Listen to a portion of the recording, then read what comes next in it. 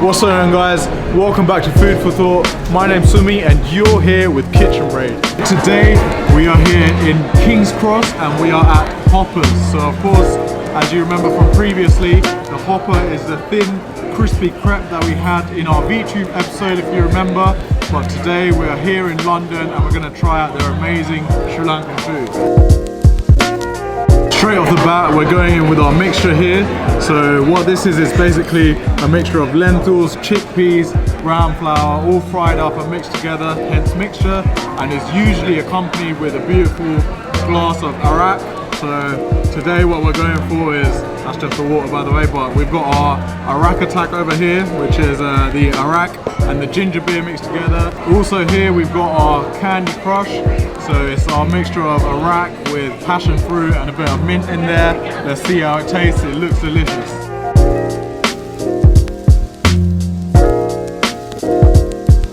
We've also got our Vattalapam milk. So Vattalapam is like a sweet dessert that we have in Sri Lanka. They basically made that into a milkshake and also added their tikku treacle, which is like a dark sweet syrup that they've added in. So let's have a try. Okay. Yeah, so definitely getting in that Vattalapam flavour, a bit of coconut just touched on top. Really good. Yes guys, so we've got a few of my favourite starters here, of course. Starting off with the mutton roll.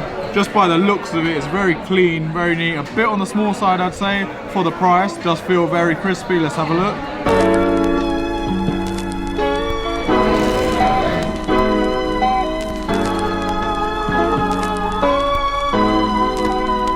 Mutton is really, really good. Very crispy. I'd say a very good. I think it's a bit less on the spicy side, maybe just to accommodate for the London triers, but say a solid 7 out of 10 mutton roll. We've just got a little bit of our chili sauce here, but again, goes well with the mutton roll for newcomers, I'd say. Let's go on to our chili squid and our chilli paneer. So I'd say rather than like a deviled coating, it's not too spicy again. They've gone more for the flavoured side again, hitting it off with a chili on top.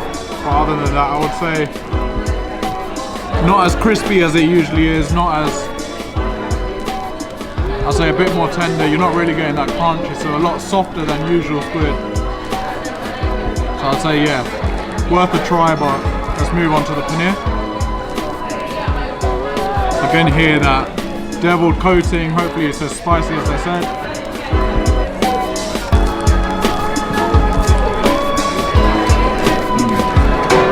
So it's super, super juicy. I'd say it's a lot softer than what I've had before. They've done well with the sauce on top. It's just got that little spicy kick to it, not too much. I'd say if you are going to call it chilli paneer, make it chili, but it does have a really good taste.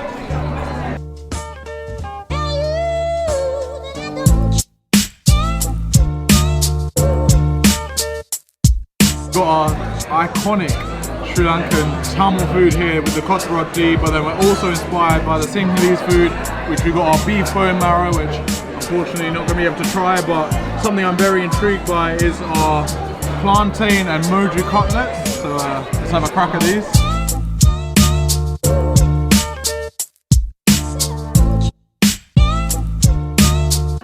Very similar to, as I'm sure a lot of you have had, our fish cutlets.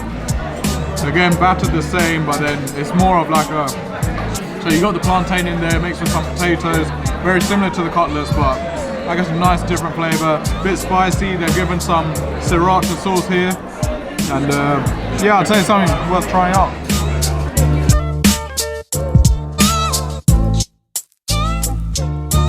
A few more items from the taster menu. Starting off with the dosa here, touched off with a little bit of dal.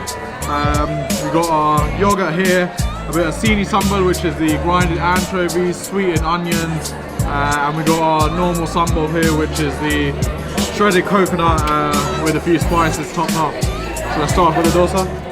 So let's try out the dal here that they've given with the dosa. It's very flavoursome.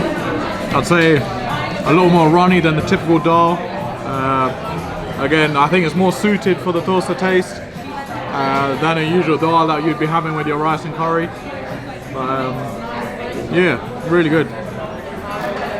Sri Lankan food is known as, you could say, sensitive, so as soon as you look at it, look how colourful it is, the smells you're getting, the aroma is absolutely amazing, and the best thing about Sri Lankan food is you are getting dug straight in, so when you see this, you don't have to bother with the knife and fork, you're going straight in with your hands, and they basically set it up for you like that. So anything they give you, it's in the small dishes, you can dig straight in. The appam, again, just like last time, you break it from the side, grab a bit at the middle, so this time we've gone for a savoury egg appam rather than a milk or sweet one.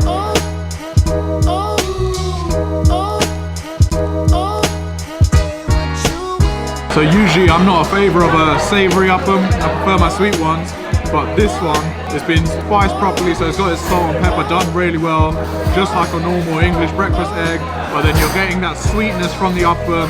It's just got the perfect amount of crispiness to it. Unfortunately, there's no sweet appam.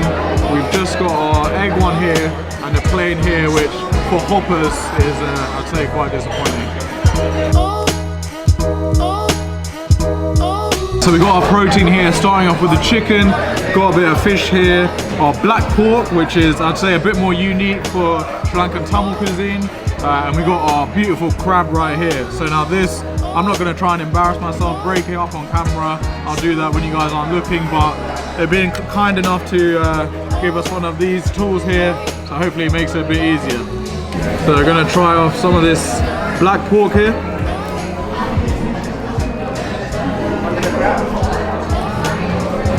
This, I'd say, is a lot more similar to the standard mutton curry. It's got the same chewness, whereas black pork I've had before is more of a melt in your mouth kind of texture. And I think the spices here are great, but it's not got that, if you touch it or break apart, that's what I like in my mouth. But I say it hasn't gone for that. It's very similar to a mutton curry.